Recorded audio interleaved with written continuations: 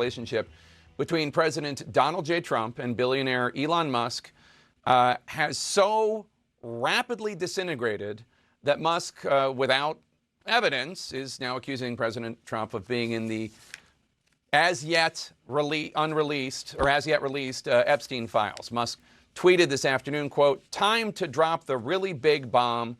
Donald Trump is in the Epstein files. That is the real reason they have not been made public. Have a nice day, DJT."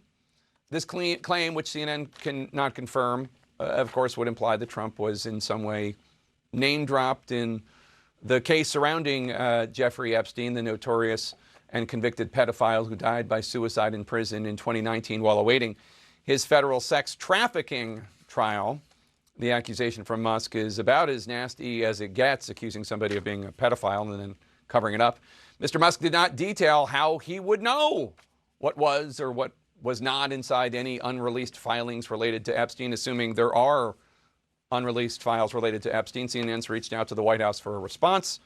We have not got one yet. Musk also knows that for years, conservatives and right-wing figures have suggested that the U.S. government is hiding secrets, bipartisan secrets, Democrats and Republicans, relating to Jeffrey Epstein. And these supporters of Mr. Trump have long been clamoring for the government to release more of the files. Trump, who was friends with Epstein decades ago, talked on the campaign trail about potentially releasing more files on Epstein. We need to back up for a moment, though, and explain how we got to this particular friendship graveyard, given that just 6 days ago, when Elon Musk left his role as an advisor to the president and head of the Department of Government Efficiency, or DOGE, President Trump gave Musk the key to the White House, the ceremonial golden key. Mr. Trump may now be changing the locks as this feud today essentially escalated publicly in real time. While in the Oval Office with the German Chancellor this morning, a reporter asked President Trump about Musk recently viciously criticizing the so-called One Big Beautiful Bill. Elon had been calling on Congress to, quote, kill the bill, saying it adds too much to the deficit. So here's what President Trump first said today about Elon's bill bashing just before noon Eastern time.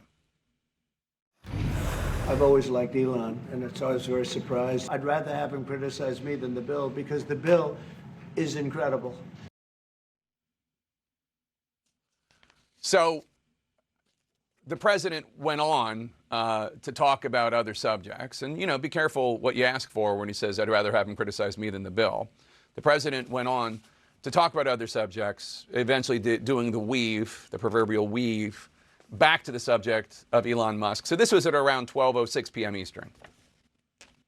I'm very disappointed because Elon knew the inner workings of this bill better than almost anybody sitting here, better than you people. He knew everything about it. He had no problem with it. All of a sudden he had a problem, and he only developed the problem when he found out that we're going to have to cut the EV mandate.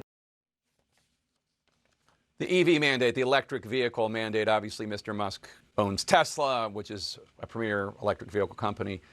But it turns out Elon Musk was watching that, and he didn't let that one go unanswered. 13 minutes after President Trump said that, Musk posted, quote, whatever, keep the EV solar incentive cuts in the bill, even though no oil and gas subsidies are touched. Very unfair, but ditch the mountain of disgusting pork in the bill.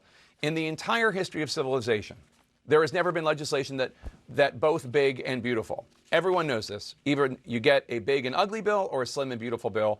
Slim and beautiful is the way, unquote. As President Trump continued taking questions at the White House, Elon Musk reposts at 12:25 p.m. the very clip where Trump says Musk only had a problem with the bill after he found out about cutting the electric vehicle mandates. And Musk writes, quote, false. This bill was never shown to me once and was passed in the dead of night so fast that almost no one in Congress could even read it, unquote. Shortly after that, 12:46 p.m. Eastern, is when a doctor might have officially called the time of death on the Trump-Musk relationship. Call it. Musk posted on his X platform, quote, without me, Trump would have lost the election. Dems would control the House and the Republicans would be 51-49 in the Senate. Such ingratitude, unquote. Hitting Trump where it hurts in the Electoral College there. And the rage posting, Musk even tagged Donald Trump, saying, remember this? Showing a video of when Musk essentially turned the White House South Lawn into a car dealership. And he gave Trump a Tesla, that red Tesla, which is still, according to our White House correspondent, Kristen Holmes, still parked in the White House parking lot. The gloves were off. 12:37 p.m. Eastern, President Trump takes to his own platform, Truth Social, not X, not Twitter, saying, quote, Elon was wearing thin. I asked him to leave. I took away his electric vehicle mandate that forced everyone to buy electric cars that nobody else wanted, that he knew for months I was going to do. And he just went crazy, unquote.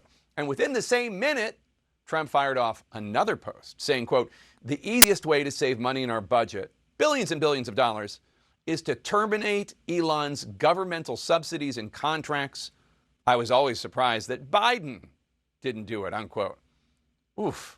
That blow, of course, hitting Elon where it hurts, in his wallet, especially given the Tesla chip plummeted down 14.3% as this battle heated up. The sell-off wiped about $150 billion off the market value of Tesla. And then, about 30 minutes later, there it was, Musk dropping that major unfounded accusation about Trump being in the Epstein files. The insults are still flying back and forth. Elon posting on X, quote, the Trump tariffs will cause a recession in the second half of this year. I mean, lots going on. And I don't even know what's happened in the last 7 minutes since I've been talking to you. Let's talk to our panel. Scott Jennings, first of all, does Trump, who gets you in the divorce, Trump or Elon? Let me just tell you what every Republican is doing. I have my, here's where we are today. We're literally, heads are in the garbage can right now. That's the state of everybody I know at the moment. Not going to lie, it's an ugly day. You know, you hate it when your friends are fighting. I continue to believe that their partnership last year saved America, and I also continue to believe their goals are not mutually exclusive. Trump needs to pass his agenda, which this bill is his agenda. It's what he ran on. Elon wants to save America from going bankrupt, which they can also do if the Republicans in Congress and everybody works together. All of these things can happen. When fights get personal, though, it means the enemy is advancing. And in this case, it means the Democrats are laughing and advancing. So hopefully cooler heads will soon prevail and the president can get his agenda and Elon can convince the Republicans that the debt is a serious problem. But not going to lie, rough day for the Republicans. Alyssa Farah-Griffin, Elon Musk retweeted a post from someone, and this post said, President versus Elon, who wins? My money's on Elon. Trump should be impeached and J.D. Vance should replace him. Elon Musk reposted that and wrote, yes. So now it is the official position of Elon Musk, presumably, that Trump should be impeached and J.D. Vance should replace him. Your thoughts? I mean, listen, I've had bad breakups, but this is wild. Listen, Elon's had a lot of attacks he's launched today. Of course, you brought up the claiming that Donald Trump is in the Epstein files, saying that he's going to cause a recession in the next quarter. And then, of course, this. But I will say the attack that I think is actually going to stick the most with President Trump is him essentially calling him a lame duck president. He's saying he's going to be here for 3.5 years. I'm here for 40 years. That is what Donald Trump is afraid of. If this bill doesn't get over the threshold and end up passing, it's his entire legislative agenda. The midterms are just a couple miles ahead. And he's realizing, like, this is the most damaging thing at this moment that could be happening. And for members of Congress on Capitol Hill, the conversations that they're having, the ones Scott's avoiding right now, are, listen, if you're up in these midterms, you really don't want to get crosswise with Elon Musk, who's willing to spend basically endlessly in your district if you support this bill. Now, if you're somebody who's not up this cycle, you might wait it out. You might say, I'm not going to get on the bad side of Donald Trump right now and be with him. But there's like actual conversations countless members of Congress are having right now about where to be on Donald Trump's signature legislative item because of this rift.